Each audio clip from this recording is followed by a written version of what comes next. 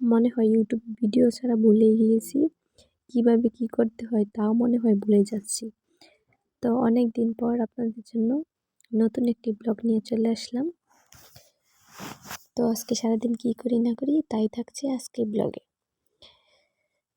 আসসালামু আলাইকুম, welcome back to my channel. আমি তন্নি আক্তার বলছি গাজীপুরের কাপাসিয়া থেকে। আমার প্রাণ প্রিয় কলিজার ভাইয়ারা আপুরা, আশা করছি যে যেখানে আছেন ভালো আছেন, সুস্থ আছেন। আলহামদুলিল্লাহ আমি আমার পরিবার নিয়ে ভালো আছি।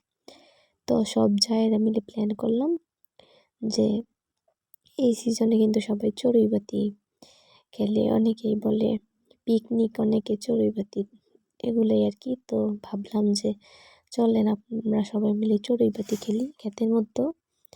এখন ক্ষেতে তো শুকনা, এই সিজনে তো আর ধান টান কিছুই থাকে না, তাই এই যে তো ভাবলাম বিরিয়ানি তো কয়দিন পর পর খাওয়াই হয়, তো ডিম ডাল মুরগির গোস্ত আর ভাত রান্না করব, খাবো আমরা সবাই মিলে।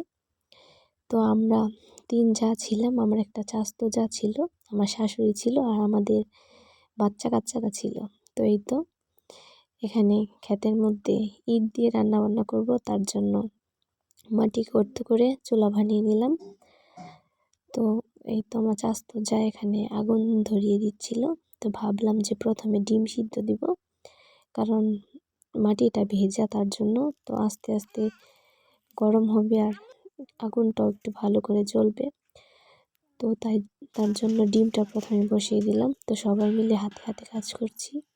এই তো আমার চাস্তো যা এখানে পেঁয়াজ মরিচ এগুলো কেটে দিচ্ছে, এখানে আমিও কাজ করছি, এখানে বাচ্চারা খেলাধুলা করছে। এই তো আমার চাস্তো যার ছেলে আছে, আমার জায়ের মেয়ে ছেলে, আমার মেয়ে সবাই আছে। তো আমরা সবাই এখানে কাজ করছি। তো এই সিজনে কে কে এই চড়ুইভাতি খেলছেন অবশ্যই কিন্তু কমেন্ট করে জানাবেন।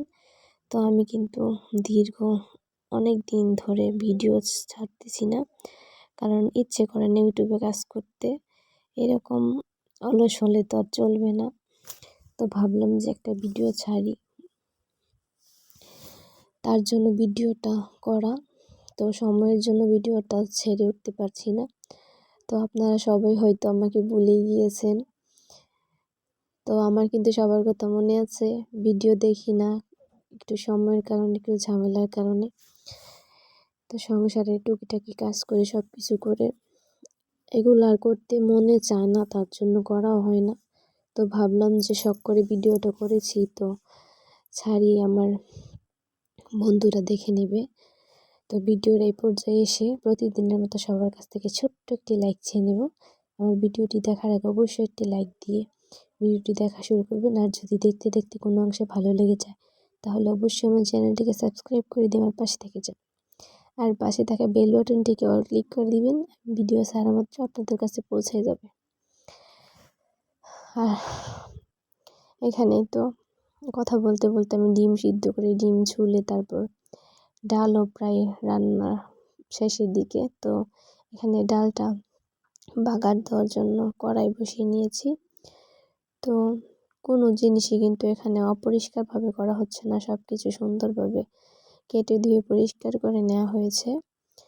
তো আমার অপরিষ্কার কিছু দেখতে ভাল লাগে না, করতেও ভাল লাগে না, ওটা খেতেও ভাল লাগবে না। তাই আমি সবসময় চাই ভালোভাবে আপনাদের সাথে ভিডিও তুলে ধরার জন্য।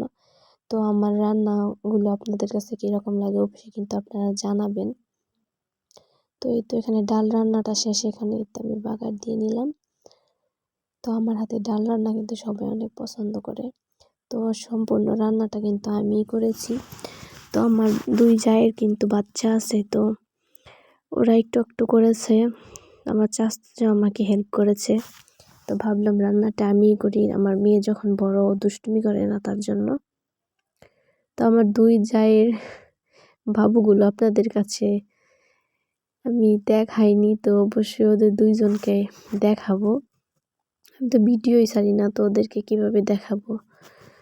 তো আমার অনেক আফসোস হয় যে কেন আমি এগুলো করি, ভিডিও কেন ছাড়ি না।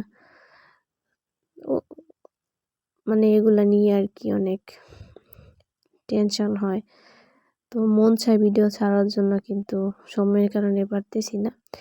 তো এখানে এই যে কথা বলতে বলতে আমার ডিম রান্না কমপ্লিট হয়ে গেছে। তো ডিমটা উঠিয়ে এখন আমি মাংসটা বসিয়ে দিব। তার জন্য এখানে যে পেঁয়াজ, তেজপাতা, দারচিনি, এলাচ দিয়ে ভালোভাবে ভেজে নিচ্ছি। তো মুরগির গোশততে কিন্তু যত বেশি পেঁয়াজ দিবেন ভালো লাগবে। আর মশলা দিয়ে ভালোভাবে কষিয়ে নিচ্ছি। যা যা মশলা লাগে সব একবার দিয়ে নিয়েছি, আমি ওটা স্কিপ করেছি। তো এখানে মুরগিটা ভালোভাবে কষিয়ে তারপরেই তো ঝোলের পানি দিয়ে নিয়েছি। তো মুরগিটা কিন্তু প্রায় কমপ্লিট। আমি ভাত রান্নাটা কিন্তু আপনাদেরকে দেখাইনি, ভাত সবার শেষে বসানো হয়েছিল যাতে তাড়াতাড়ি হয়। তো ভাত কিন্তু গরম চুলায় খুব তাড়াতাড়ি হয়ে গিয়েছিল।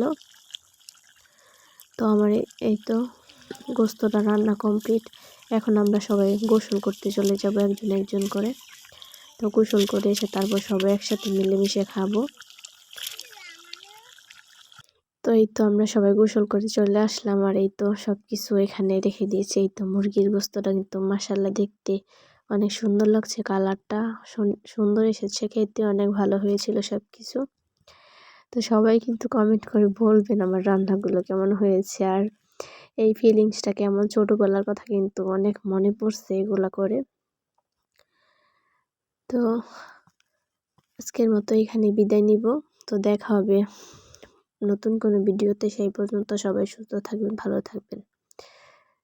তো এখন চেষ্টা করব নিয়মিত ভিডিও দেওয়ার জন্য। সবাই আমার পাশে থাকবেন। তো কে কে খাবেন অবশ্যই কিন্তু কমেন্ট করে জানাবেন। মন চাইলে চলেও আসতে পারেন আমাদের বাড়িতে, সমস্যা নেই। তো বাচ্চারা এখানে দুষ্টুমি শুরু করে দিয়েছে, তো ওদেরকে ভাবলাম আগে খাবারটা দিয়ে তারপর আমরা খাবারটা খাবো। তো সবাই ভালো থাকবেন, সুস্থ থাকবেন, আমাদের জন্য দোয়া করবেন। আল্লাহ হাফেজ, আসসালামু আলাইকুম।